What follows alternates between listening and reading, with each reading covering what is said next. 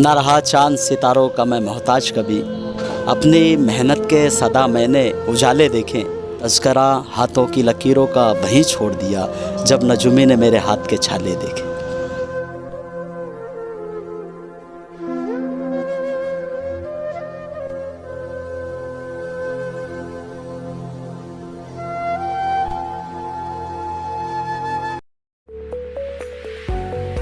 Fancy garment and kids mall, Ayesha Nagar police station के सामने, हजार खोली, मालेगांव।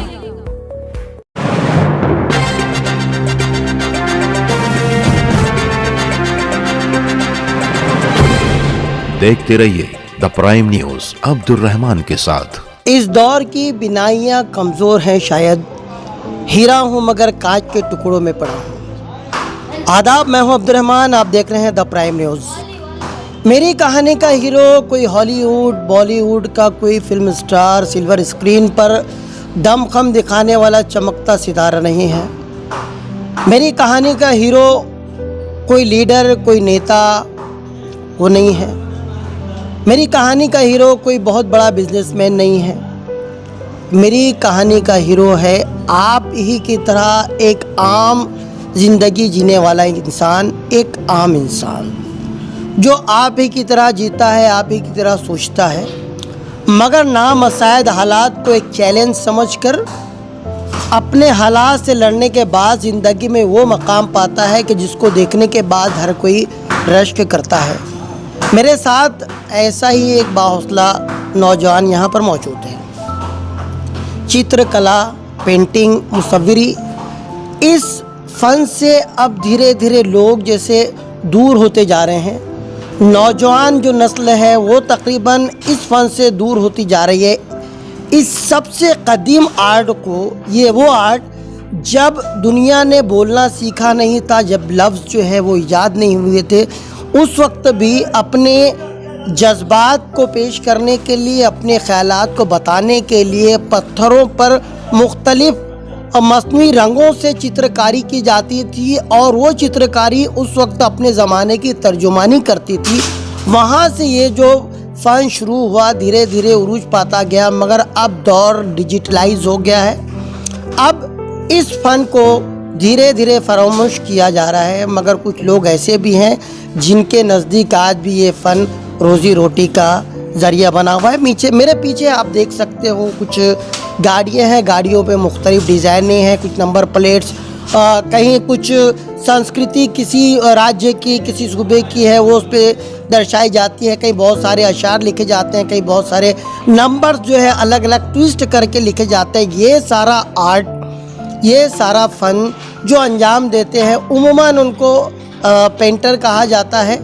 मेरे साथ इस वक्त आशिक अली ताज मौजूद हैं, जिन्होंने बहुत कम उम्री से इस फ़न को अपनाया। कई सारे चैलेंजेस आए, आज के दौर में उनको कितना चैलेंज है, जिस वक्त इन्होंने शुरू किया था उस वक्त इस फ़न को कितना उरूज हासिल था, और क्या अब दौर डिजिटल हो गया है तो इनके इस काम में कमियां आई हैं। ये सारी बातें जानने के लिए हम उनसे मुलाकात कर रहे हैं। मुझे पूरी उम्मीद है कि जहां आप लीडरों की चापलूसी भरी खबरें देखते हैं, वाहवाही देखते हैं, वहाँ एक अच्छे, एक सच्चे और एक हक हलाल की कमाई करने वाले इंसान की बात भी ज़रूर सुनेंगे। आशिक अली साहब, सबसे पहले तो आपका इस्तकबाल है द प्राइम न्यूज़ में। शुक्रिया शुक्रिया। अच्छा, मैं ये जानना चाहता हूँ सबसे पहले कि ये जो शुरुआत आपकी हुई, आगाज़ कहाँ से हुआ, कैसे हुआ, कब हुआ? जी, मैं बताना चाहूँगा कि ये जो मुसव्विरी का जो फ़न है, अल्हम्दुलिल्लाह सुम्मा अल्हम्दुलिल्लाह, मेरे रब ने मुझे अताई मतलब मुझे मिला है, रब की तरफ से मिला है। मैं सद शुक्र अदा करता हूँ मेरे रब करीम का कि उसने मुझे इस फ़न से नवाजा अल्हम्दुलिल्लाह। जब बच्चा सीनियर केजी, जूनियर केजी जो आज बोलते हैं, पिछले ज़माने में जो आंगनवाड़ी हुआ करती थी, उस आंगनवाड़ी से मैं जो है फ़न मुसव्विरी में अल्लाह ने मुझे महारत बख्शी है, ये उसका एहसान है। अच्छा, तो ये जो है ये तो बचपन से ही जो है ये सिलसिला शुरू हो गया। कहते हैं कि पूत के पाँव जो है वो पालने में भी नज़र आते हैं, कुछ ऐसे ही कुछ रहा हो कि बचपन से ही जो है आप पर इस तरह का जो है ख़ास तौर से अल्लाह का एक करम रहा और मुसव्विरी में आपका जो है वो पूरा एक ज़्यादा दिलचस्पी रही। उसके बाद ये मामला किस तरीके से आगे बढ़ा? इब्तिदाई पढ़ाई जो है मैं आज़ाद नगर की जो लाल स्कूल बोलते हैं 12 पत्थर की बावड़ी वाली स्कूल, उस स्कूल में पहली से 5वीं तक मैं तालीम हासिल किया हूँ।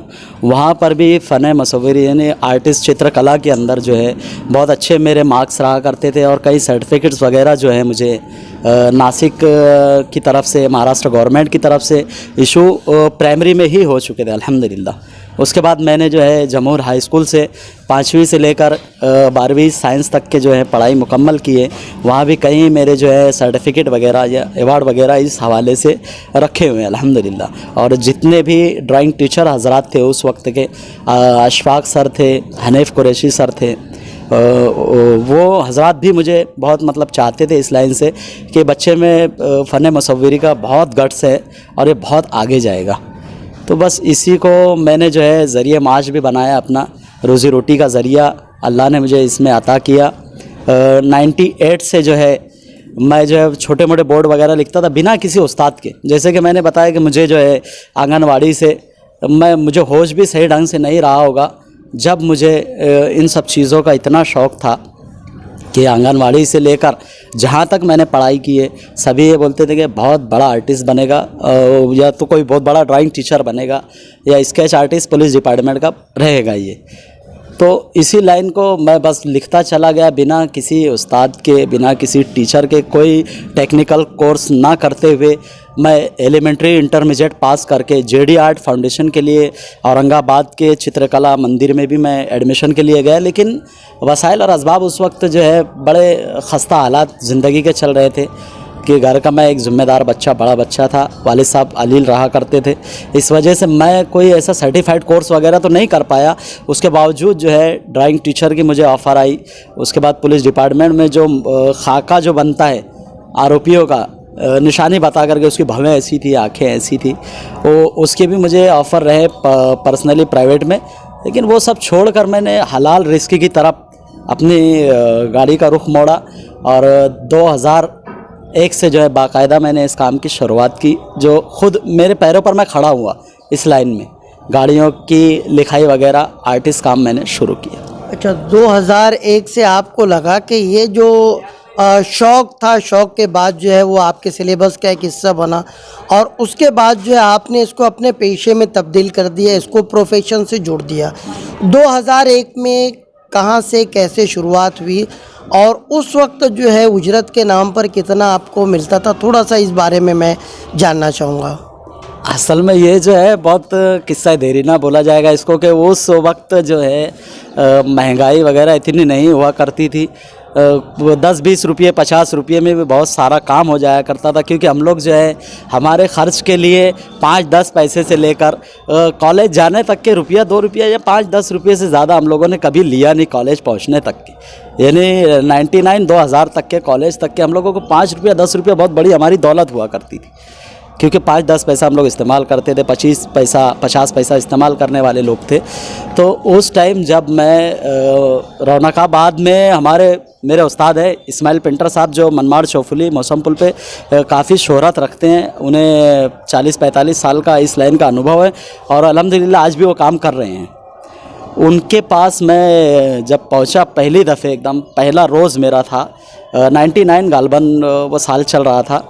उस वक्त जब मैं उनके पास पहुंचा कि देखो मुझे लिखाई पढ़ाई का कुछ काम आता है, मैं लिखना वगैरह जानता हूं, लेकिन ये ट्रक लाइन से क्या क्या कहाँ लिखा जाता है इसकी मुझे मालूमात नहीं है, ये मुझे सीखना है। तो उन्होंने कहा कि ठीक है चल कुछ करके बता दे बेटा। तो उस वक्त मैंने कुछ भी डिज़ाइन वगैरह, नाम नंबर वगैरह लिख के उनको बताए। उसके बाद मैं उनके साथ जो है 6-8 महीने ही रहा हूँ और अल्हम्दुलिल्लाह उनके लेवल का तो नहीं कहूँगा, लेकिन थोड़ी बहुत मुशाबहत जैसा काम मैंने सीख लिया था। उस 6 महीने के दरमियान जो है अपने तनख्वाह का जब पूछा तो वो तनख्वाह वगैरह तो नहीं थी, बहरहाल 60 रुपया मुझे मिला था उस वक्त उनसे। 60 रुपया रोज़ का? जी नहीं 60 रुपया रोज़ का नहीं है, ऐसा पकड़ लीजिए कि आप 10 रुपया महीना ही पकड़ लीजिए। 10 रुपया महीना? जी 10 रुपया, यानी रोज़ के 30 से 32 पैसे, 30 पैसे शायद के होते होंगे। उस टाइम जो था ऐसा था कि जो बच्चे काम सीखने के लिए आते थे उनको कोई पगार वगैरह का कोई ऐसा मामूल नहीं रहा करता था। बच्चा आ रहे चल तू सीख ले, सीखने के बाद तू कुछ बनेगा तो तू खुद ही कमाएगा, इधर कोई पगार वगैरह का सिस्टम नहीं रहता है। तो उस टाइम का रुझान भी माँ बाप का यही रहा करता था कि बेटे मुसीबत काट ले, अच्छा हुनर है, सीख ले, कुछ बन जाएगा तो फिर तू भी कमाएगा। उस्ताद भी यही बोलते थे कि यार पगार वगार तो नहीं मिलती इसमें, खर्चे पानी का भी इतना वो नहीं था, चाय पानी कर लो।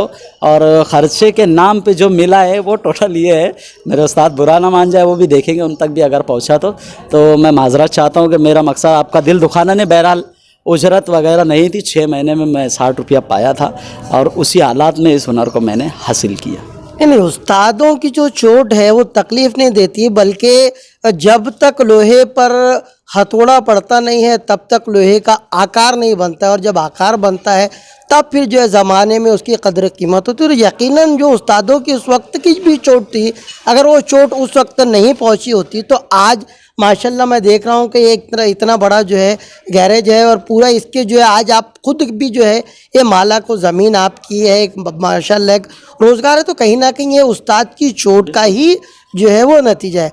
तो फिर ये सिलसिला आगे बढ़ा, कैसे आप यहाँ पर पहुँचे और किस तरीके से फिर जो है तरक्की की जो है वो मंजिलें आगे तय करते रहे आप? 2000 में जो है मैंने मेरे उस्ताद कहीं बाहर गए हुए थे, गाड़ी की लिखाई की। उस्ताद का इतना एहतराम और डर खौफ, मतलब उस्ताद की इज़्ज़त करना आज तक के जो है हमारा वही जहन है। मालिक ने ऐसा जहन अता किया है कि भाई जो बड़े हैं, जिनसे हमें कुछ हासिल हुआ है, जो हमारे बुज़ुर्ग हैं, उनकी इज़्ज़त करना, ये शियार जो है हम तक के अल्हम्दुलिल्लाह ये पीढ़ी तक के रहा है। आगे का तो अभी तो बहुत मुश्किल मकाम है कि एक बच्चे को भी अगर आप डांट देंगे तो आपको कुछ भी बुरा भला कह सकता है। उस वक्त मैंने जब ये काम शुरू किया, मेरे उस्ताद जलगांव गए हुए थे, तो वो बड़े सख्त नाराज़ हुए और उन्होंने कहा कि मेरे सामने दिखना मत। डांटे डपटे हालात के हवाले उन्होंने मुझे छोड़ा कुछ बनने के लिए।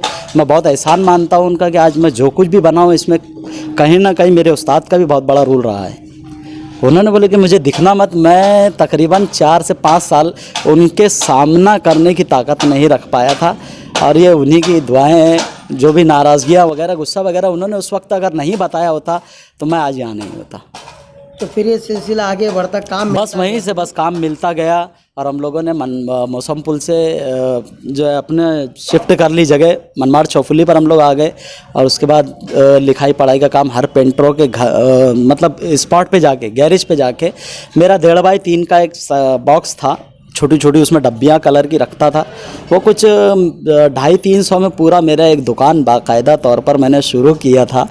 और उस दुकान से मैं हर पेंटर की गैरेज पर जाकर वो जो कलर मारते थे वहाँ पे मैं लिखाई का काम किया करता था, और ये काम सालों चला। 2015 तक के मैं यही काम करता आया।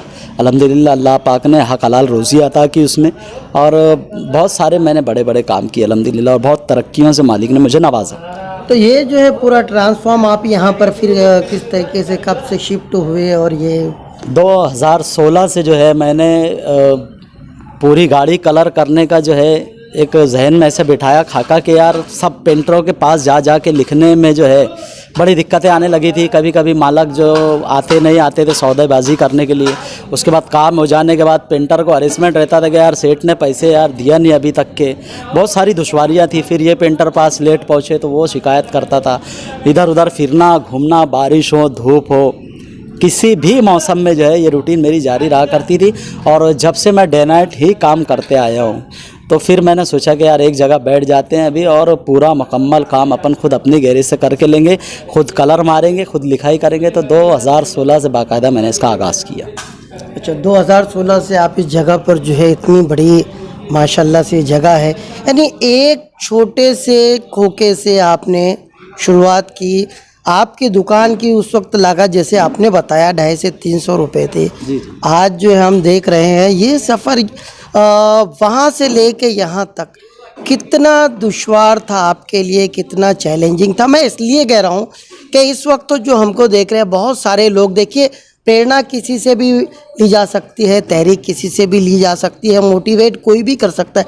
हो सकता है आपकी बातों से हौसला पाकर ये जो लोग देख रहे हैं इनमें भी एक हौसला जाग गया, वो भी आपकी तरह जो है एक कामयाब कम से कम इतनी कामयाबी हो जाए कि हक हलाल से जो है अपने घर परिवार रहे और इस तरह का एक बिज़नेस सेटअप या एक दुकानदारी का ज़रिए माज का जो है सेटअप जो है ख़ुद का वो शुरू हो सके। इसके लिए मैं आज की नौजवान नस्ल से कहना चाहूँगा कि शहर मालेगांव के अंदर एक ही रुझान है कि बच्चा जहाँ तक भी पढ़ाई कर लिया, 5वीं पढ़ा, 7वीं पढ़ा, बस हद हो गई, वो 9वीं तक जाता है, 10वीं बोर्ड के एग्ज़ाम तक के तो पहुँच ही नहीं पाते अक्सर और बेशतर लोग।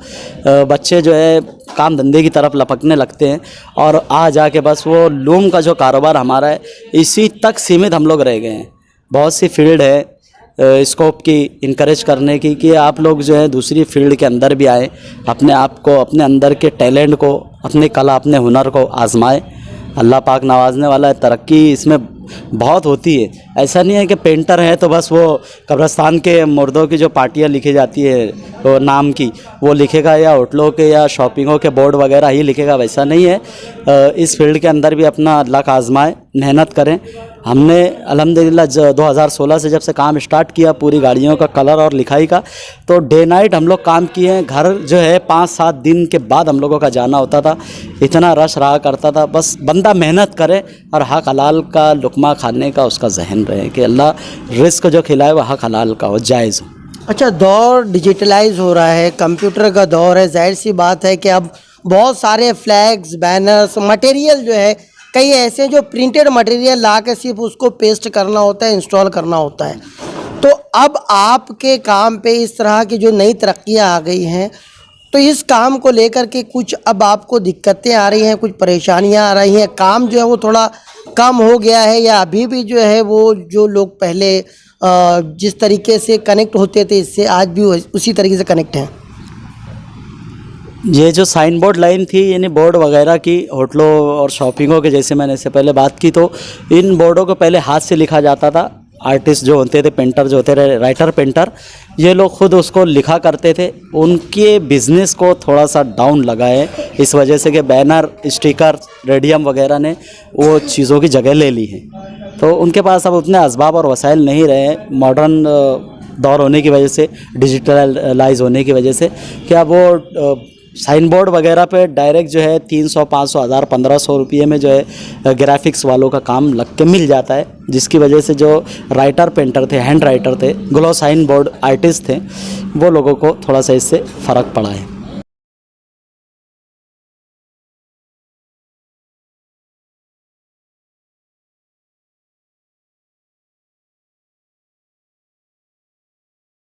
बॉडी के ऊपर जो है हैंड राइटिंग ही की जाती है, डिज़ाइनिंग वगैरह हाथ से भरी जाती है, लिखा पढ़ा हाथ से जाता है।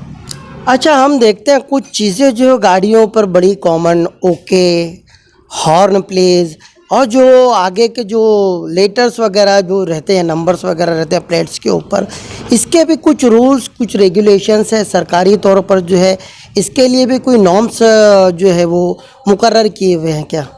जी, इसके भी कोड हैं। पहले 99 में जब मैं इस लाइन में आया था तो वाइट नंबर प्लेट हुआ करती थी ये गाड़ियों की, जो कि अब प्राइवेट गाड़ियों पर मखसूस की गई है।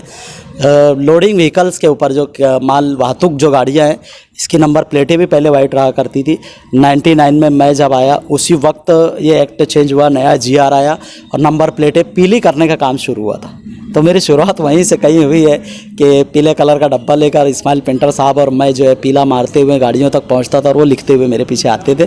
तो नंबर प्लेट पीली होना चाहिए और उसका जो पासिंग रहता है, जैसे MH41 हो गया, MH04 हो गया, MH11, MH10 जो भी है वो ऊपर रहेगा, उसके नीचे जो है उसका पासिंग नंबर रहेगा जो 4 डिजिट में रहता है, उसके साथ अल्फ़ाबेट्स रहते हैं 1-2।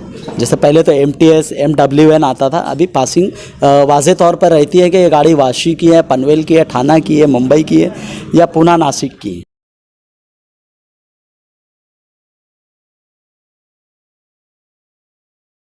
हॉर्न लिखा करते थे कि हॉर्न बजाइए या हॉर्न प्लीज़ लिखा करते थे कि कृपा करें हॉर्न बजाएं, लेकिन उसमें चेंजेस अभी आए हैं RTO की तरफ से कि अब हॉर्न पर बंदी है, पाबंदी है। इस वजह से आप मेहरबानी करें हॉर्न ना बजाएं।